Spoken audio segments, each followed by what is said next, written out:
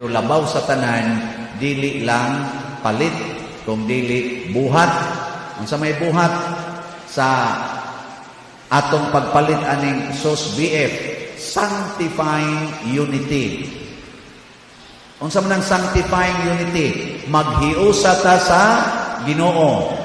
Kay naa masay maghiusa para sa demonyo.